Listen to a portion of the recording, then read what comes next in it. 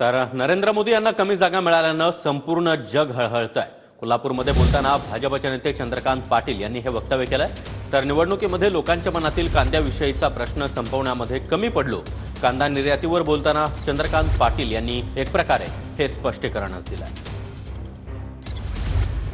पवारसाहेब म्हणायचे, उद्धवजी म्हणायचे, आमचे नानाभाऊ पटोले म्हणायचे, आत्ता पडणार, उद्या पडणार, आत्ता पडणार, उद्या पडणार, 3 बाहेर 4 बाहेर, काहीच फरक पडला नाही। झाला आता विधानसभा ही 3 महिन्यावर आली आणि त्यामुळे असं काही नसतं की त्यांनी म्हटल्यामुळे काही होणार आहे।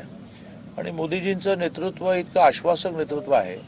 मुळात त्यांना कमी जागा मिळाल्या त्यामुळे संपूर्ण जग हळहळलं आहे आणि बरोबरचे सहकारी पक्षसुद्धा आत्ता गेल्या 4 दिवसात काही कमी प्रयत्न झाले का तुम्हाला हे करू आणि ते करू, पण दे आर फर्म आणि त्यामुळे अडचणीला असं वाटत। यावेळेला मात्र निर्यात बंदी उठवली होती।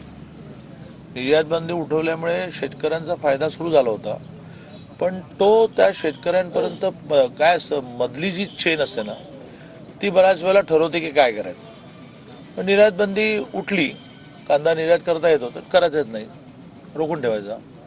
मग निर्यात बंदी उठली तरी भाव नाही मिळाला, भाव नाही मिळाला की मग भाव नाही मिळाला, अरे निर्यात बंदी उठवली ना बाबा। त्यामुळे एक नक्की आहे की ह्या निवडणुकीमध्ये काही गोष्टीमध्ये लोकांच्या मनामधला प्रश्न संपवण्यात थोडं कमी पडलं।